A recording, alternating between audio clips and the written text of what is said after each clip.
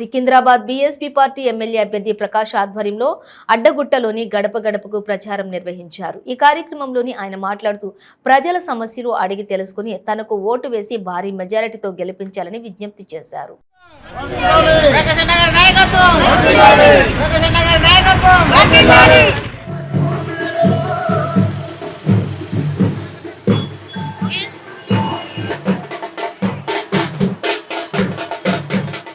మధ్యాహ్నం ఈ సమయంలో 2 గంటల సమయంలో నేను అడ్డగుట్ట డివిజన్ నుంచి సికింద్రాబాద్ నియోజకవర్గం నుంచి ప్రచారం స్టార్ట్ చేయడం జరిగింది.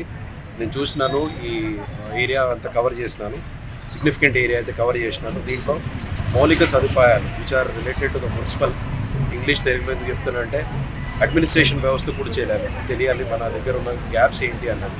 ఒకటి, ఏరియాలో చెత్త, మోరీలు ఓవర్ఫ్లోయింగ్, మున్సిపల్ అడ్మినిస్ట్రేషన్లో చాలా పెద్ద గ్యాప్ ఉందండి. మరి అదే చూస్తే మనం హైదరాబాద్, సికింద్రాబాద్ రెండు కంపేర్ చేస్తే మనకి అన్ఈక్వల్ డెవలప్మెంట్ అయిందని అనుకోవచ్చు. ఇక్కడ మనం చూస్తే అంతా క్లట్టర్డ్ ఉన్న ఏరియా, ఒక ప్లానింగ్ లేకుండా వ్యవస్థ నడుస్తూ ఉంది. నీళ్ళ ప్రాబ్లమ్స్ ఉన్నాయని చెప్తున్నారు లోకల్ వాళ్ళు. నీళ్ళ ప్రాబ్లమ్స్ ఎట్లా సాల్వ్ చేయాలన్నది వాటర్ హౌస్ వాళ్ళతోని, సెవరేజ్ వాటర్ బోర్డు వాళ్ళతోని కోఆర్డినేట్ చేసుకొని వీరి తరఫున వీరి వాయిస్ని నేను కన్సర్న్డ్ గవర్నమెంట్ డిపార్ట్మెంట్స్కి ఖచ్చితంగా రైజ్ చేస్తానండి.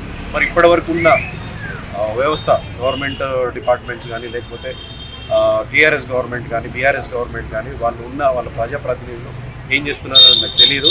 బట్ డెఫినెట్లీ నేను వీళ్ళ తరఫున ఈ ప్రాబ్లమ్స్కి సొల్యూషన్ ఇస్తాను. అభివృద్ధికి ఏనుగుర్తుకు ఓటేస్తే, ఒక విద్యావంతుడికి ఓటేస్తే అభివృద్ధి ఎట్లా చేస్తాడు అన్నది, ఒక హైదరాబాద్ ఎట్లా డెవలప్ అయిందో, ఒక కేబుల్ బ్రిడ్జ్ ఎట్లుందో, ఒక నాలెడ్జ్ సిటీ ఎట్లుందో, ఒక ఐటీ టవర్ ఎట్లుందో, ఒక సైబర్ టవర్ ఎట్లుందో, ఇటువైపు ఎందుకు లేవు అని నేను మీ ద్వారా ఈ ప్రభుత్వాన్ని ప్రశ్నిస్తున్నాను.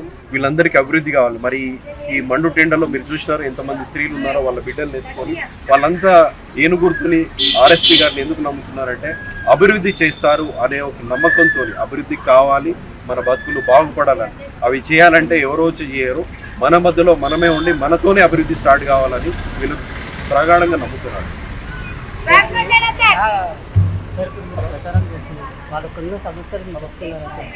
చాలా మంది చెప్తున్నారండి సమస్యలు, వాళ్ళ సమస్యలు చెప్తున్నారు కాబట్టి నేను ఐడెంటిఫై చేయగలిగినాను. ఎస్పెషలీ అంతా మున్సిపల్ రిలేటెడ్ ఉన్నాయండి. ఓవర్ఫ్లోయింగ్ మోరీలు కానీ, లేకపోతే డ్రైనేజ్ సిస్టమ్ బాగలేదని కానీ, లేకపోతే వాళ్ళకి నీళ్లు సమయానికి రావట్లేదని కానీ. ఇక్కడ ఉన్న వాళ్ళందరూ అంటే పేద మధ్యతరగతి కుటుంబాలు ఉన్నాయండి. వాళ్ళందరికీ స్కూళ్ళకి అడ్మిషన్స్ ఇష్యూస్ అవుతున్నాయి. వాళ్ళ ఫీజులు ఎక్కువ ఉన్నాయి, అవి కట్టలేక, తర్వాత కూలి పని చేసుకొని, నాలుగు పని చేసుకొని వాళ్ళు కట్టిన తర్వాత వాళ్ళకి మౌలిక సదుపాయాలు సరిగా లేవు కాబట్టి వాళ్ళు టైంకి అవి అటెండ్ కాలేకపోతున్నారు. వాళ్ళ స్కూల్స్ కానీ, ఆఫీసులు కానీ అని చాలామంది చెప్తున్నారు.